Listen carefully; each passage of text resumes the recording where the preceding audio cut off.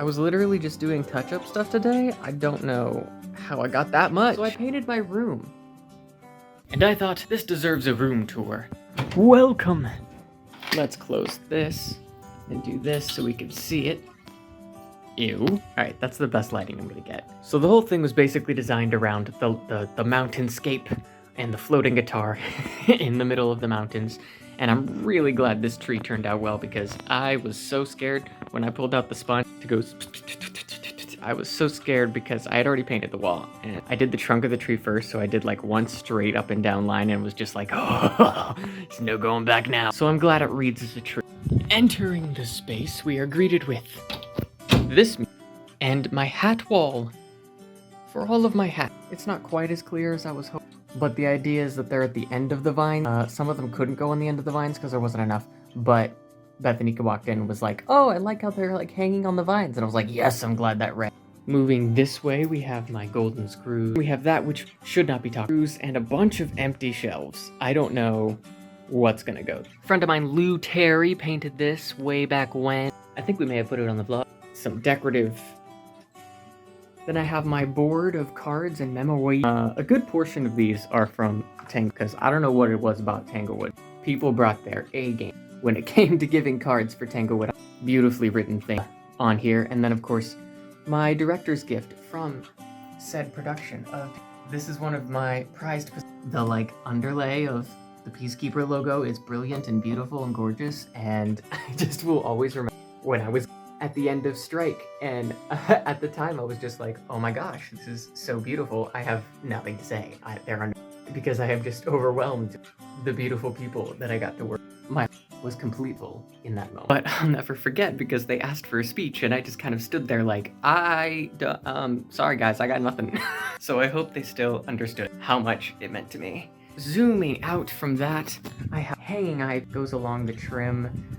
There's my shrine to Old Man Old Moon, leading over to some books. These books, I've spread out my books. They used to be on primarily these three shelves, but I've spread them out. So we have some yearbooks, my art books, some books based on plays, and some actual plays, followed by a lot of more recent novels and my art material. And then clothes. No one has to see that. Oh, I skipped the door.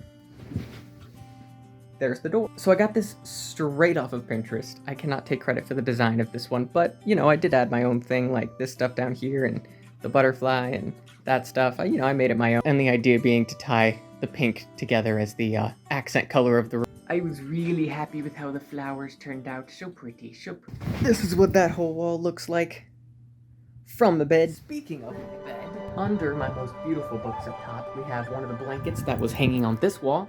Previously, the 3 blankets that covered this wall and kind of dampened the audio. My secondary guitar and a painting that I got at an art festival in Little Rock. If I can find the artist, I'll put their Instagram on screen. And I really love how little llama is just kind of like poking its head out behind the hat. I enjoy that. And then my I have my electric guitar here for whenever I want to play. It's really perfect because I can just sit here and just do a little picking and a play. Filming a lot of my feet today. This actually is not the first time I've had my bed here. All heard, this room has had 4 different setups, and this was the first one that I can remember. I remember because the day I left for college, I filmed a very early morning vlog section from my bed. Copyright, excuse me, I'm trying to film here. But the desk, as I recall, was against this wall, and actually the desk had another half right here that has since fallen off. So it was a corner desk against here and against here. Don't look at that, we'll get to that later. Then I think sophomore year, when we were all sent home for COVID, I rearranged my bed over in this corner and I put the desk splitting the room right here, which was a terrible idea and looked awful. Oh, hi. Welcome to my room. What this is it's soundproofing. I knew that I needed my keyboard close enough to my computer that I could actually plug it in. But it still had the corner section, so it went to here, and then I had my keyboard the rest of the way, and all my recording equipment. And that was primarily my creating space for Tanglewood. And I wrote most of Tanglewood in that layout. And then I believe last summer, I rearranged one last time and had the bed lined up this way with the desk against the wall. And I really did like that setup for a while. Came back after graduation, had that for a little while, and then decided I hate this blue wall. So I painted everything green. Set my bed back to pre-college days, but my desk is over here, and notably shorter. And also falling apart. But that just means it matches my chair, which is also falling apart.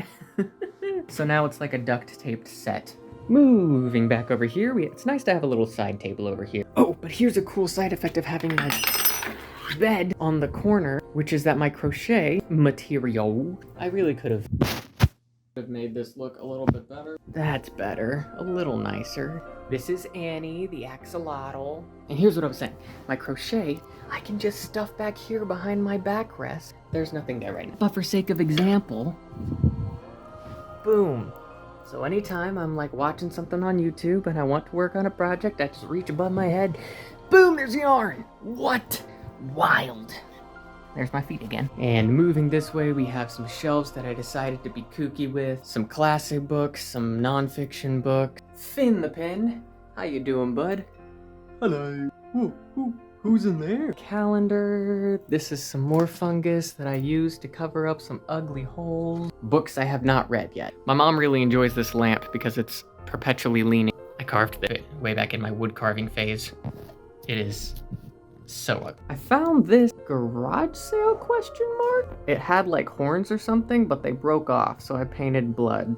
It was a hideous, almost this color orange, but more pink. It was so gross. So I repainted the cat and I've kept it. Yeah, good job, buddy. You're just holding up the books. Oh, don't push them over. This right here is a piggy bank. So if anyone tries to rob, similar painting party to me and Lou's earlier, me and Amy had a painting party where I painted her a jellyfish and she painted me a jellyfish. We had a nice time painting jellyfish. She, incidentally, is the person I always think of whenever I see a mushroom. And I don't remember why. And then Sarah Wagner painted this, because I really liked the circular frame. That's pretty unique. And then I painted that one. Meh. And finally, the finishing touches. Mushrooms. Mushrooms. Yay! Before it had any lines, we just did color, and it definitely looked like strawberry shortcake.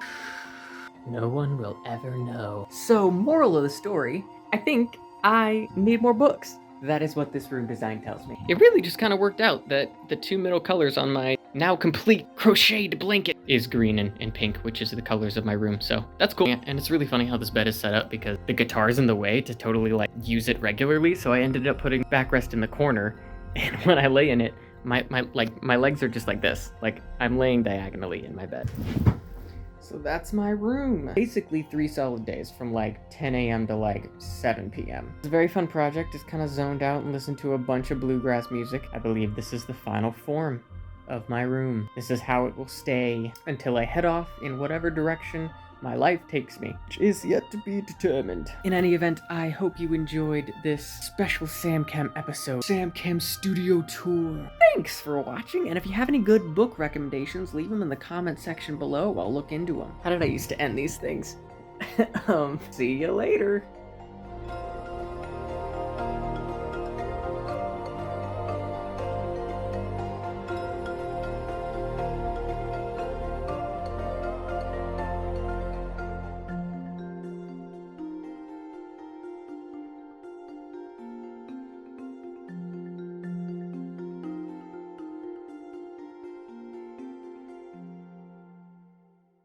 I've been looking closely at my eyes because they keep changing from green to blue and I can't tell. What do they look like? Green, blue, undecided?